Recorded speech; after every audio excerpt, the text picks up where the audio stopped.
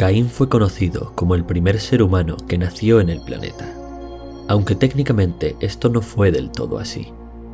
Se puede decir que Mía, como madre de la humanidad, fue la primera humana, pero realmente ella no nació como tal, sino que fue creada a partir de una alteración que hizo Deus a partir de Eleheim.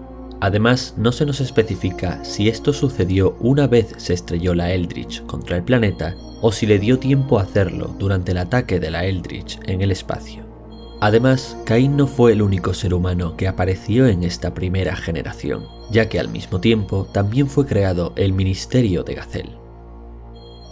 Aún así, el papel de Caín era el de erigirse como líder y protector de la humanidad, un emperador casi deificado, por lo que su título de primer ser humano en mayor parte es cierto y en cierto modo también es propagandístico. Caín fue creado por Mía a través del Cadomoni, y al igual que ella y el ministerio de Gazel, fue preprogramado desde su nacimiento para llevar a cabo la voluntad de Deus. Su papel consistía en mantener a la humanidad próspera, numerosa, sana y salva, hasta que Deus estuviera preparado para resucitar, y entonces necesitara cosechar a los seres humanos del planeta para que sirvieran como componente biológico para su propio cuerpo. Debido a esta premisa inyectada en su mente, Caín siempre estuvo enfocado a proteger a la humanidad. Sin embargo, con el pasar de los siglos y milenios, esta prerrogativa fue transformándose en un sentimiento casi parental, y secretamente acabó deseando una era en la que la humanidad fuera liberada del destino que Deus les impuso, a pesar de lo cual no podía desobedecerle, y continuaba cumpliendo con su papel. Los problemas empezaron ya en el amanecer de la humanidad. Pasados pocos años, los primeros humanos del planeta ya reconocían a Caín como su líder político y espiritual, que les instruía en la fraudulenta adoración a Dios con la ayuda del ministerio de Gazel. Pero Abel, el niño que sobrevivió a la colisión de la Eldritch contra el planeta, debido al contacto que tuvo con el Zohar, que fue lo que lo empezó todo, en cuestión de apenas una década había crecido hasta convertirse en un hombre.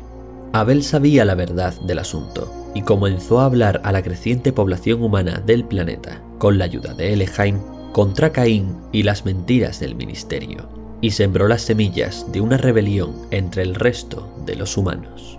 Debido a esto, en el año 11, Caín mató a Abel y Eleheim, para silenciarlos e impedir que se propagara una rebelión.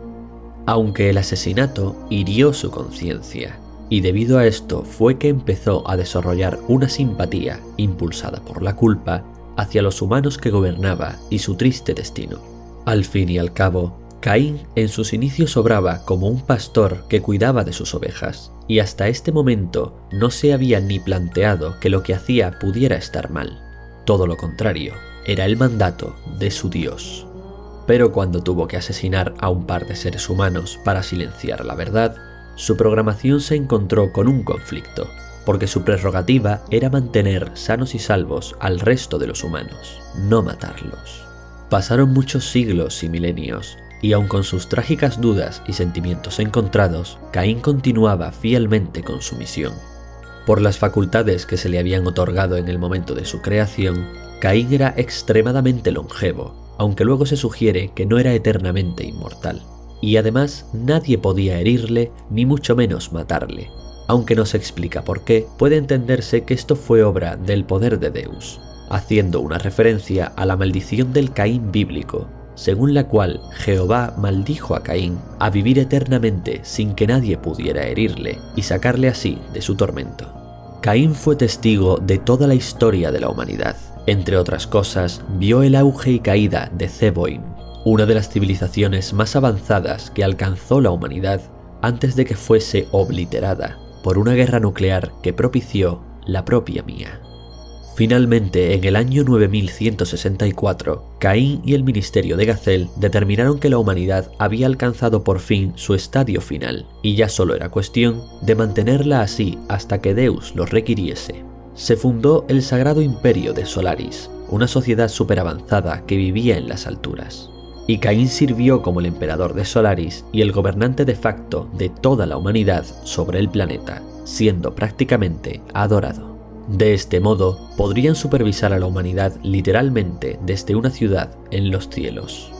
No obstante, en el año 9226, los descendientes de los supervivientes de la antigua Zeboim fundaron una sociedad llamada Shevat, erigiéndose a partir de las instalaciones de la Torre de Babel, que en realidad eran restos de la nave Eldritch con miles de años de antigüedad, así como a partir de recursos que sobrevivieron de la antigua Zeboim.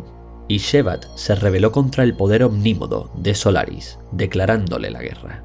No voy a ahondar en los detalles de esta guerra, que son muchos, porque ahora estamos hablando de Caín, pero hay algunos detalles que necesito enumerar.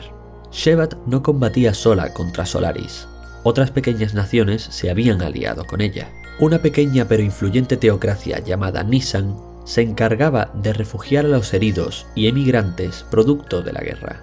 Esta pequeña nación tenía a la cabeza a Sofía, una reencarnación de Elehain que obraba como madre superiora del culto de Nisan ortodoxo y contaba con la protección y el apoyo de Karelen, o Krelian según la traducción, una de las figuras militares más influyentes de esta guerra y que profesaba un interés romántico en Sofía.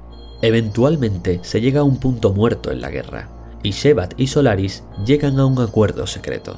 Solaris entregará como rehén a Mia a los rebeldes de Shevat, mientras que estos entregarán como rehén a Sofía a los imperialistas de Solaris. No obstante, el plan no sale según lo previsto, y Sofía estrella la nave insignia de Shevat contra el Merkaba, una fortaleza flotante de Solaris dentro de la cual estaba escondido Deus, que aún no había despertado. Aunque esto pone fin a la guerra, Deus no resulta dañado, y Karelen, debido a la muerte de Sofía y la traición de Shevat, pierde la fe en su causa y la fe en Dios. Llega a la conclusión de que Dios no existe, y en su trágico delirio decide crear él mismo a su propio Dios. Después de la guerra, en el año 9506, Caín contacta con Karelen. Mia, Caín y el ministerio de Gazel vieron a Karelen como un activo clave en su gran plan, por lo que Caín ofreció a Karelen ayudarlo a lograr sus objetivos si él los ayudaba a alcanzar los suyos. Karelen estuvo de acuerdo y se forjó así una alianza de dependencia mutua. Sin embargo, aunque Caín era sincero acerca de ayudar a Karelen, ya que además lo veía como una oportunidad de escapar al triste destino de la humanidad, a quienes ya veía como sus hijos, el ministerio no lo era, ya que ellos seguían siendo absolutamente fieles al plan de Deus, que implicaba exterminar a la humanidad en el futuro, y por lo tanto planeaban engañar a Karelen, utilizándolo con falsas promesas. Como pago por su ayuda, Karelen realizó un extenso procedimiento en Caín para extender su vida indefinidamente. El traje, la máscara y el trono de Caín fueron alterados como un set de alta tecnología para mantenerlo con vida, ahora sí, eternamente. Aunque Caín había sido una vez un fiel aliado de Mia y el ministerio de Gazel, a estas alturas sus lealtades se habían esfumado, pues ahora estaba preocupado por el bienestar de la humanidad. Y aunque estar en desacuerdo con Mia y el ministerio era muy peligroso, Caín en principio no tenía motivos para preocuparse, dado que además de contar con gran poder, era inmortal, y nadie podía matarle por decreto divino.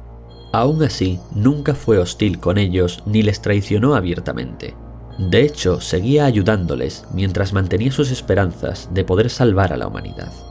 Mia seguía necesitando a la reencarnación de Abel, a quien llamaban el Contacto, para llevar a cabo su plan de resucitar a Deus.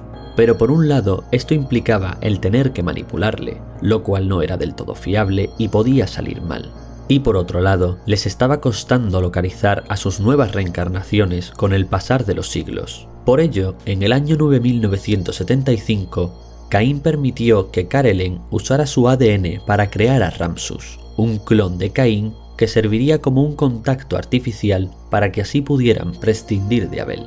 No obstante, cuando Ramsus ya había sido creado, localizaron por fin a la última reencarnación de Abel, que era Fei Fong Wong.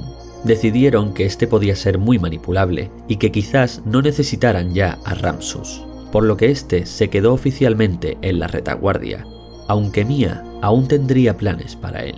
Caín envió entonces a Zitán Usuki, un importante científico de Solaris que tuvo un papel fundamental en la guerra contra Shevat, lo que le otorgó la confianza del emperador, a bajar a la superficie y mantener una vigilancia constante sobre Fei Fong Wong. Cain y Citan se comunicarían varias veces a través de un enlace telepático y Citan mantendría al emperador al tanto de todo cuanto sucediera alrededor de Fei a lo largo de su historia. Eventualmente, se hace evidente que Cain está en contra del plan de Mia y el ministerio de Gazel de cosechar a los humanos para formar parte del componente biológico de Deus, suponiendo esto técnicamente una traición.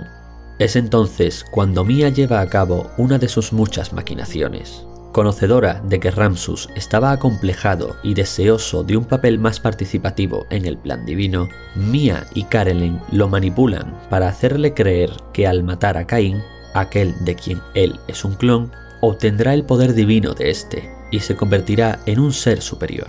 No se explica exactamente por qué, pero se establece que Ramsus, al ser un clon de Caín, era el único que podía asesinarle.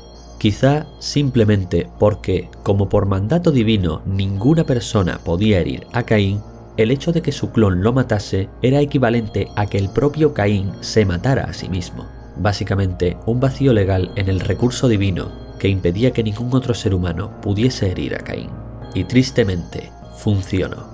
De modo que Ramsus, fruto de las manipulaciones de Mia y Karelen, termina con la vida de Caín, que había vivido durante más de 9000 años, justo cuando por fin parecía que había empezado a librarse del mandato de Deus.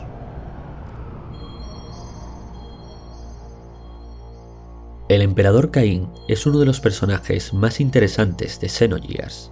De hecho, fue a partir de él que empezó a cautivarme el juego, ya que me parecía muy interesante el concepto de un hombre nacido en el principio de los tiempos y que hubiese vivido y sido testigo de toda la historia de la humanidad. Además, es el único de la tríada original designada por Deus que escapa a su programación y se apiada de los seres humanos, a pesar de no poder hacer gran cosa, debido al gran conflicto interno que les suponía rebelarse contra su razón de ser.